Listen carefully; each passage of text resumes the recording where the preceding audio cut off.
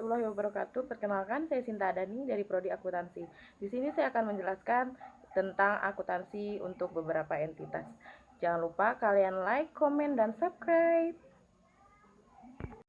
Akuntansi untuk beberapa entitas. Sejak dimulainya bentuk organisasi korporat, usaha bisnis telah mengetahui bahwa bentuk organisasi ini menguntungkan karena menggabungkan beberapa aktivitas operasi yang dapat mencapai skala ekonomi.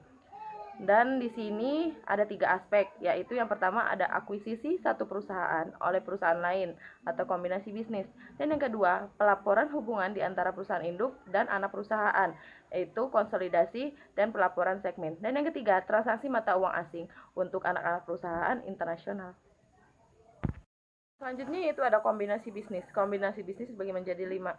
Yang pertama itu ada konsekuensi pajak, dan yang kedua ada pertumbuhan dan diverifikasi. Yang ketiga ada pertimbangan keuangan, dan yang keempat ada tekanan daya saing, dan yang kelima ada keuntungan dan pensiun. Akuntansi untuk kombinasi bisnis. Apa sih yang dimaksud dengan kombinasi bisnis? Kombinasi bisnis adalah menyatukan 2 atau lebih entitas bisnis secara bersama-sama ke dalam satu entitas akuntansi. Dalam akuntansi ini, kombinasi bisnis penting untuk mengingatkan kembali bahwa konsistensi dengan karakteristik kualitatif dari penyajian yang jujur, pelaporan hasil-hasil peristiwa ekonomi secara wajar adalah inti dari proses akuntansi. Akibatnya, nilai buku aset dan liabilitas dari perusahaan-perusahaan yang bergabung ditambahkan secara bersamaan dan dilaporkan di dalam laporan posisi keuangan konsolidasi. Yaitu selanjutnya ada kritik terhadap metode penyatuan kepemilikan. Para kritikus berpendapat bahwa kombinasi bisnis yang dilaporkan dengan metode penyatuan kepemilikan pada dasarnya sama dengan yang dilaporkan dengan metode pembelian.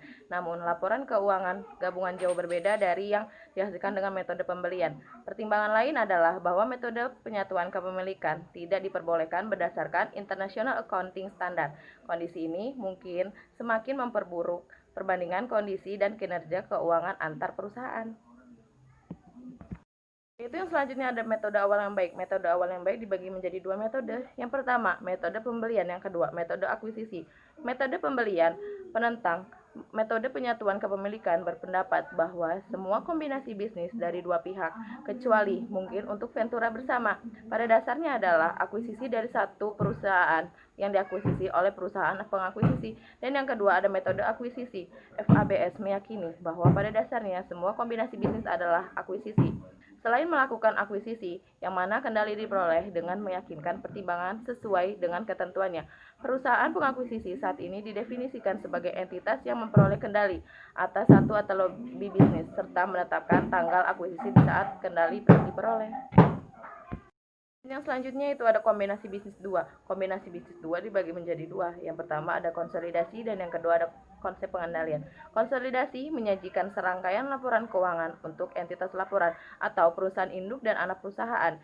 Konsolidasi diperlukan ketika satu entitas bisnis memiliki kepemilikan keuangan pengendalian atas satu atau lebih entitas bisnis lainnya. Dan yang kedua ada konsep pengendalian.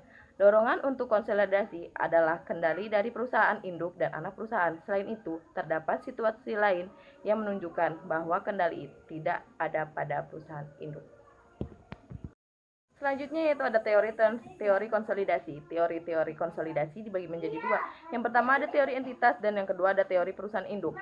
Teori entitas, kelompok konsolidasi perusahaan induk dan anak perusahaan adalah entitas yang terpisah dari pemiliknya. Oleh karena itu, penekanannya adalah pada pengendalian kelompok entitas hukum dan yang beroperasi sebagai satu unit. Dan yang kedua yaitu teori perusahaan induk. Menurut teori perusahaan, pemegang saham perusahaan induk dipandang memiliki hak kepemilikan atas aset-aset neto dari kelompok konsolidasi.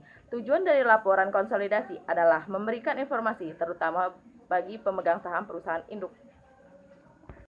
Dan yang selanjutnya yaitu ada kepentingan non-pengendali. Kepentingan non-pengendali dibagi menjadi 6. Yang pertama ada konsolidasi yang profesional dan yang kedua ada goodwill. Yang ketiga yaitu kelemahan konsolidasi dan yang keempat entitas bertujuan khusus dan yang kelima entitas kepentingan variabel dan yang keenam yang terakhir yaitu pelaporan segmen. Yang selanjutnya yaitu ada segmen-segmen operasi dan segmen-segmen yang dapat dilaporkan. Segmen-segmen operasi dibagi menjadi 3. Yang pertama, memiliki keterlibatan dalam aktivitas-aktivitas bisnis.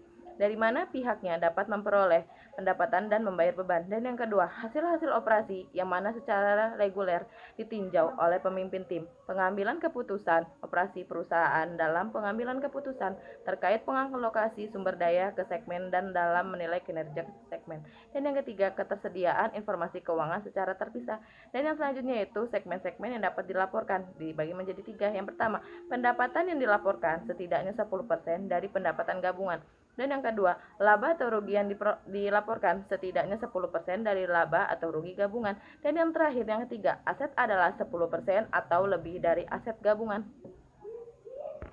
Dan yang selanjutnya yaitu ada pengukuran informasi. Pengukuran informasi yang pertama ada pendapatan bunga dari pelanggan eksternal. Dan yang kedua pendapatan dari transaksi antar segmen operasi perusahaan. Dan yang ketiga pendapatan bunga dan beban bunga. Dan yang keempat beban penyusutan, depresi dan amortisasi.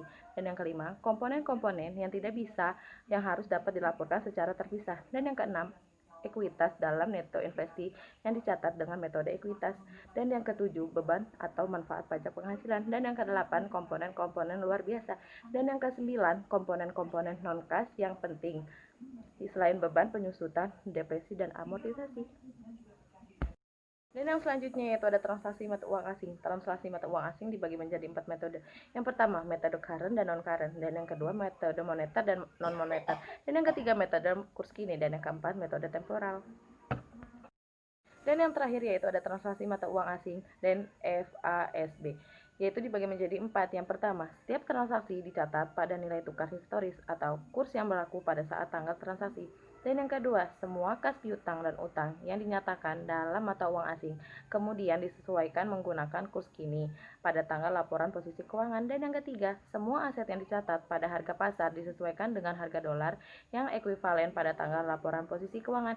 Dan yang keempat, yang terakhir yaitu semua aset lainnya pada dasarnya pengukurannya tertentu digunakan untuk menentukan kurs translasi. Sekian penjelasan dari saya. Jika saya ada salah kata, saya mohon maaf dan jangan lupa kalian like, komen, dan subscribe. Terima kasih. Bye-bye. See you.